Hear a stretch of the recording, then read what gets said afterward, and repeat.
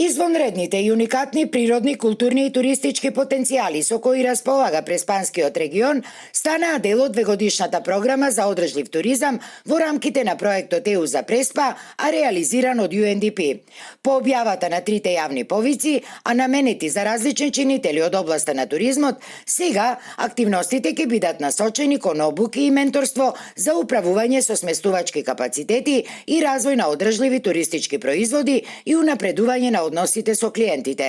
А ќе има и повик за доделување на грантови на даватели на сместувачки услуги со цел унапредување на нивните капацитети, како и на граѓански организации за развој на одржливи туристички производи, бидејќи развојот на туризмот во Преспа представува клучен столб на локалната економија, велат од општина Ресен. Како што е уникатна и нашата Преспа со националните паркови, со убавините, со езерото, така е уникатен и овој проект. Се надевам дека ќе биде мотив не само да застанеме тука, туку да отпочнеме една приказка и да мотивираме многу други.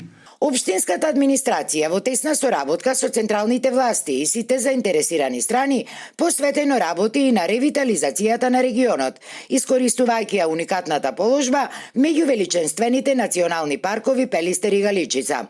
За таа цел потпишан е и меморандум за соработка помеѓу UNDP, општина Ресен и двата национални парка за развој на интегрирана туристичка инфраструктура на отворено, која ќе опфати обележување и уредување на 100 км велосипедски патеки и 70 км пешачки патеки, а кои ќе поминуваат низ заштитени подрачја во Преспа. Иницијативата што ја подпишуваме денес е прва од таков вид, односно е уникатна. За прв пат така обемна иницијатива подпишуваме со која што ќе се даде поддршка на туризмот и туристичките продукти.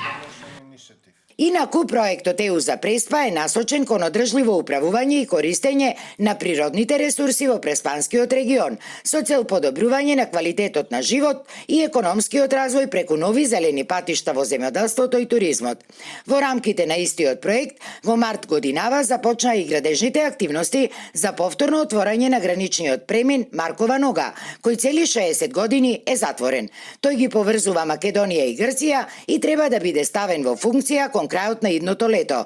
Неговата вредност е 14 милиони евра.